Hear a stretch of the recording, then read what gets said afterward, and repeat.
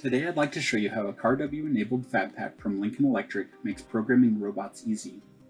What you see here is our indexing skyhook Fab-Pak, and this style of Fab-Pak has two positioners, one on the outside of the cell and one on the inside of the cell, and each one has two axes which help to move the part into a good orientation for welding.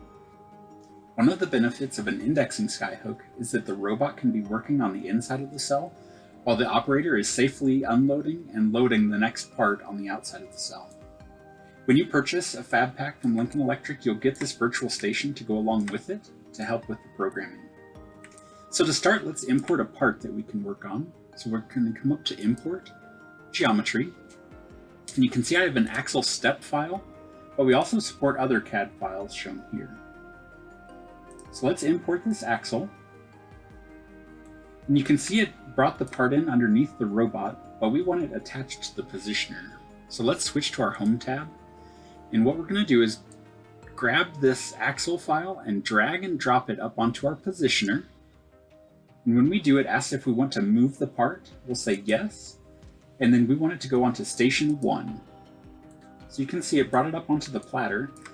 And it's important to make sure the part's in the same place that it would be on your real Fab-Pak down on the floor. And for today, we're going to assume that's centered on the platter. So let's switch back to Weld Tools. And now we need a place to store the welds that we want for this program. And we call that a sequence. So let's create a new sequence. And we'll rename that to be Axle, so we know which part we're adding welds to. And you can see there's no welds currently defined. So we'll click Create Welds. And that opens our new menu over here. And at the top, it has us select our weld type. Every Fab-Pak comes preloaded with our weld by numbers process set, which makes it really easy to select the weld based on the size and the position you want it to be welded in. So we want a 1/4 inch flat weld today, so we're going to select number 5, 1F, and then we're going to turn on our one-click create. So as we hover over the part, you can see it guessing where it thinks a weld should go based on where our mouse is. So we're going to click near this yellow flange to green tube.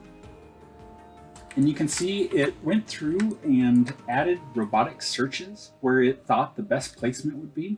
And if you ever don't like the position of one, you can simply click it and drag it to a new place and drop it. But it should start out in a pretty good place. So there's a really simple linear weld. Let's add a coordinated weld. Let's do this saddle joint here.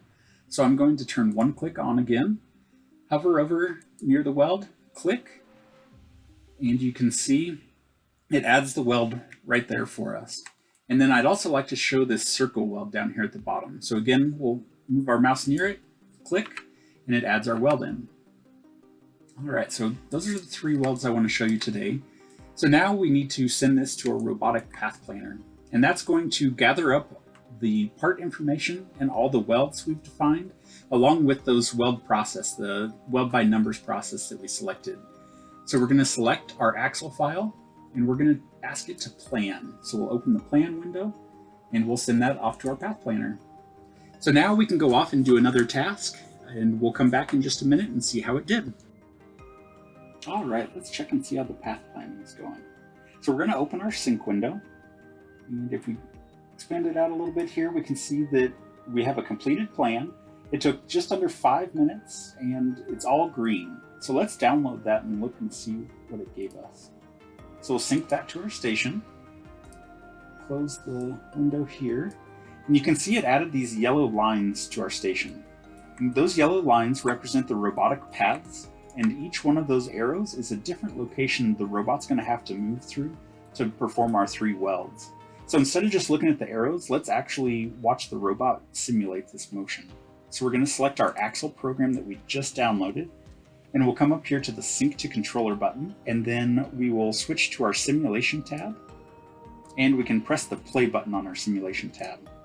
So we should see the robot start moving, and what it's doing here is it moved the part into the flat position for our linear weld, and there it's performing those 3 start searches, so it knows right where the beginning of the weld is. And now you can see it actually weaving along the weld here as it goes through the whole path. So that was a pretty simple weld. Now let's watch this saddle weld. So there's those searches. And then now you can see as it's going around the saddle, the positioner is constantly moving both axes to keep it right in that flat position.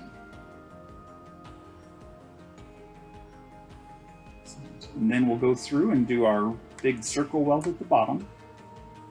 And these flanges are pretty large, and so it might have to duck out of the way to make sure that it doesn't collide with those flanges. Let's see if it does. Yep, there we go. We saw it duck around the flange, and then it's right back up to that nominal torch angle that our weld number 5 was defined with.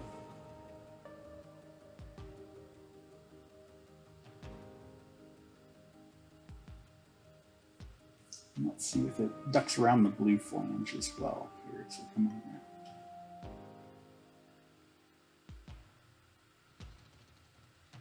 Yep, they're ducked out of the way. And just the last little bit of the weld there, and then it should move back up to the home position for us.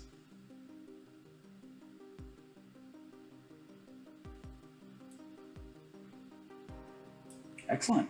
So that is what our program would look like if we ran it on the real Fab-Pak. So if we're happy with that, we'll switch to the controller tab, and we can open the M axle file. And this shows all the machine code that was created in that 5 minutes. Looks like about 180 lines of machine code here. And we don't have to worry about any of the robotic smarts. We don't have to worry about how the searches work, how the zones work, anything like that. The path planning handles all that for us automatically. So now we can take this module and we can load it into the real Fab-Pak down on the floor and run it just like any other part.